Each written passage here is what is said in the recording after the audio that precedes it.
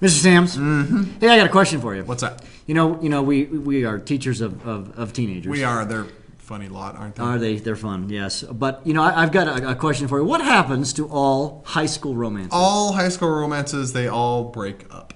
That's kind of negative, Mr. Sams. Well, I've seen 2 exceptions to that rule in my 10 years of teaching. I'm not sure I've seen any. So No, not even my 10 years of teaching in my life, come to think of it. Yeah. Yeah. No. Yeah, I always ask I remember asking some of my old high school friends, so how's so-and-so? And, of course, the answer is no. Yep, I have one friend that I went to school with who ended up marrying his high school girlfriend. Wow, yeah. Yep, so one. All high school romances break up. They all do. Folks, Yep. that romance that you're in right now, it's going to break up. Yeah. Just, sorry. Yes. We're being pessimists. Yes. But, that actually applies to today's lesson, It does, Mr. Sams. yeah. Because we're going to talk about how something always breaks up. Yep. All the time. Yes. 100%. Yes, we call that dissociation. Dissociation. So, actually, when you break up with your girlfriend next time, You're dissociating. you're dissociating. Yes, so if we dissociate, we can just... So, we're giving you some new language. Hey, we're dissociated. Yes. We'll reassociate now. Reassociate. Yeah, there we go. Okay, we're back. All right. I got a new chair. Hey, I see that. It's cool. Yeah, because you're back. Yeah, you wrenched cracked my your back. That's why I was so whatever. sour in the last one. Yeah, the sour. Hey, the definition of a strong acid is that Completely. it's like a high school romance. Yes. It completely dissociates. It does. All of them. All the time, 100%. Always. Just like a high school romance. Yep. Sorry, girls. I know you've got this romantic notion in your head, but Yeah. no. Okay. So we should probably show that chemically. Okay. So if I've got now, should we talk about what strong acids are? Yeah, we are completely dissociating. All right. So for example, one strong acid is HCl. Yeah. Oh, you mean list which ones? Yeah, we'll do that in a minute. Okay. HCl is a strong acid, and Mr. Sams actually kind of got into this a little bit a minute ago. If you start it as a gas and then you put it in water, we could put water here. It breaks apart into H positive, AQ, plus Cl negative, AQ. That means all of them. So these are like our little couples, and they're all happy, but then they don't like each other, and they break up. 100%. That means there's actually 0 of these left over. There's no couples left over. There's only single boys and single girls. Sorry, 100% of them. Yeah, and to be perfectly honest, it's like 99.9999999. Well, that's probably like with your one friend. Exactly. No He is the friends. one exception to Yeah. in the world. Yeah. Okay. So that's completely dissociate. Now, we should also talk about, there's a list. I don't think we have a slide on this. Yeah. There's a list of strong acids and a list of strong bases. We'll talk about strong acids. So how do you know if an acid is strong or weak? Well, You learn the 6 strong ones and the rest are weak. yeah. So there's a list of 6 strong acids. Right. Now, this is not exhaustive list. There are some really bizarre, weird Yeah. ones out there, like fluoroantimonic acid, that we will never, ever, ever didn't encounter know in that here. one. Oh, yeah, they're called super acids. They're like Yeah. ridiculously Nah, I didn't know freakishly the name scary. of that one, though. I've heard of the super So- acids. Don't mess with those. Yeah, we're not even going to go down that road in here. So we're going to learn 6 strong, and for the rest of our purposes, the rest are weak. So I already mentioned one HCl. of them, HCl. Another one that we've played around with in class is nitric acid. My personal favorite. I love that acid.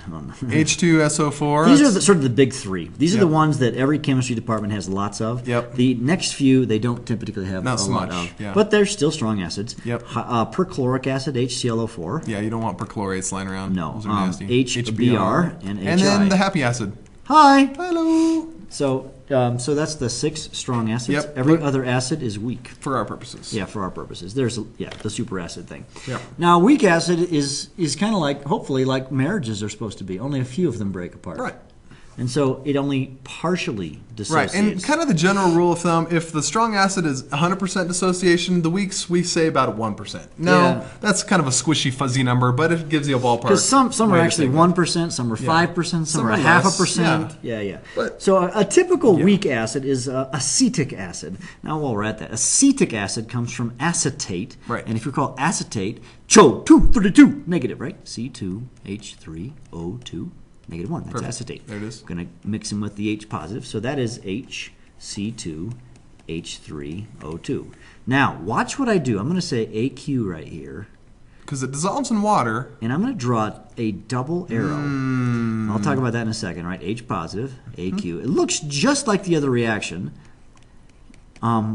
except for the double arrow. The only thing you see different here is this double arrow. The double arrow indicates that the reaction is reversible, we call it an equilibrium arrow, and that means that they kind of go back and forth. Yeah. And so this couple breaks up, and it makes this boy and this girl, but this boy and this girl, if you will turn around and make a couple. And usually you've got to have, like, let's say 98% if this is a 2% acid, and maybe 2% over here, something like that. And so 2% are singles, 98% are couples, if you will. So that's the partially dissociated. Again, how do I know which acids are weak?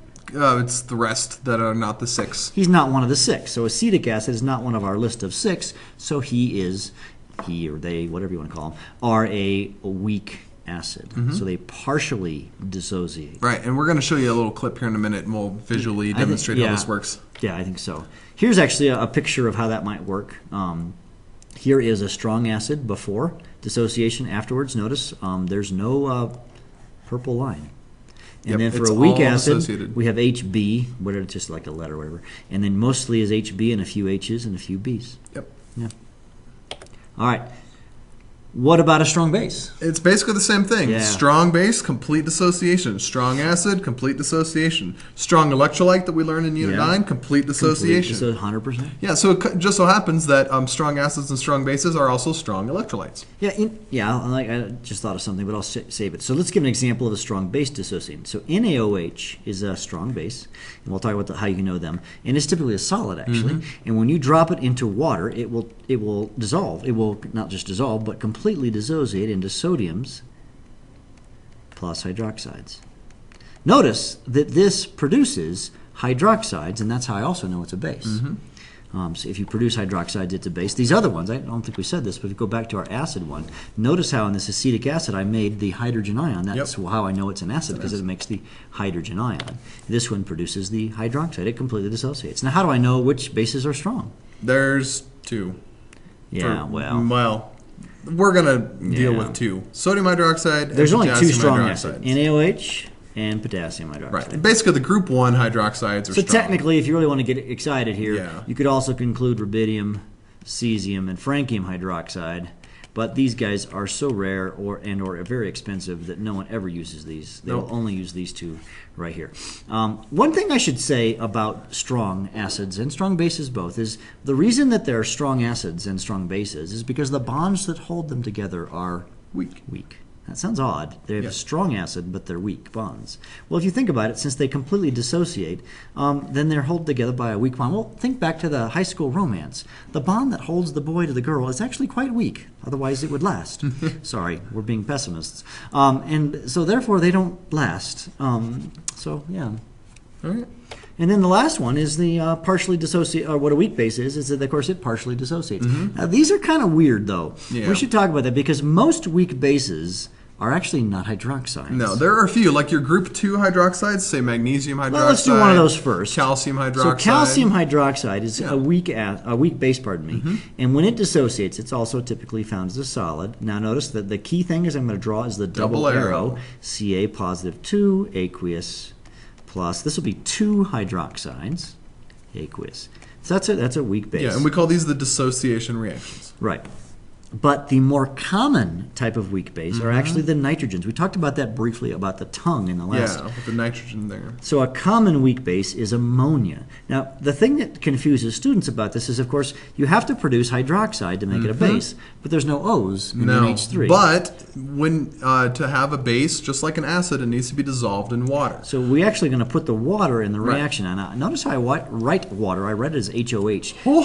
Yeah, ho-ho. Yeah, it's like, I'm going to draw my double arrow, and what's going to happen is this hydrogen is going to connect with the ammonia and make something we've seen before, ammonium, and then that kicks out the hydroxide. Right, because if you take an H off HOH, you're left with OH. And so the most common type of weak bases are actually these nitrogen-bearing compounds where they kind of steal, not just kind of, they do, they steal a hydrogen from the water molecule and then leaves the hydroxide. So there's lots of these. And we're going to give special names to these things here in, I think, the next lesson. No, I think we should do it now because I don't think it's done in the next lesson. These are called, these NH3. Now, this is called ammonia right here. A-M-M-O-N-I-A. But as a group, they're called what?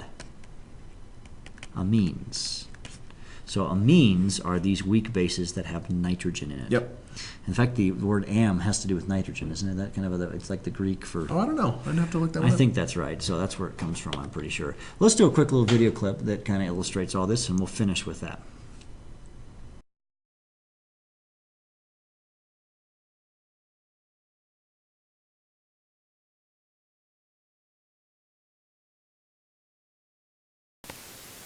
I want to talk about the difference between a strong acid and a weak acid. So I have a molecular model that represents hydrochloric acid, HCl.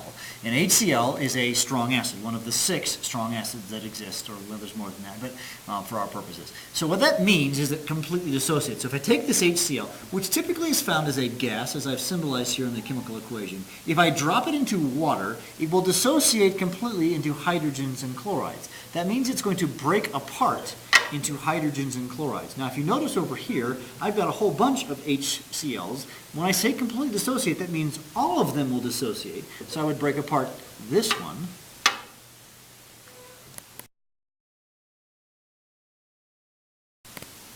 So what they look like is, well, all the yellows, all the hydrogens, are broken apart from the chlorides, and they're completely dissociated. Now, this is actually not the way they look, because they would all be mixed together.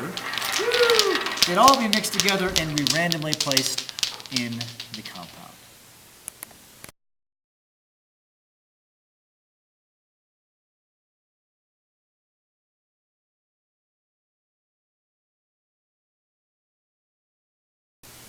Now I want to talk about weak acids. Now weak acids, the important definition to understand with the weak acids, they are substances that partially dissociate. That means break apart into ions. So here I have an example of a weak acid from a molecular model. It's acetic acid, HC2H3O2.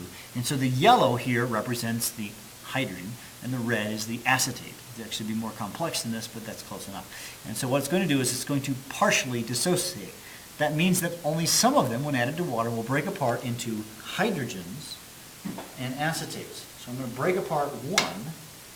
And frankly, that's probably about right. What's going to happen are most of them stay together as HC2H3O2, acetic acid, and a very few break apart.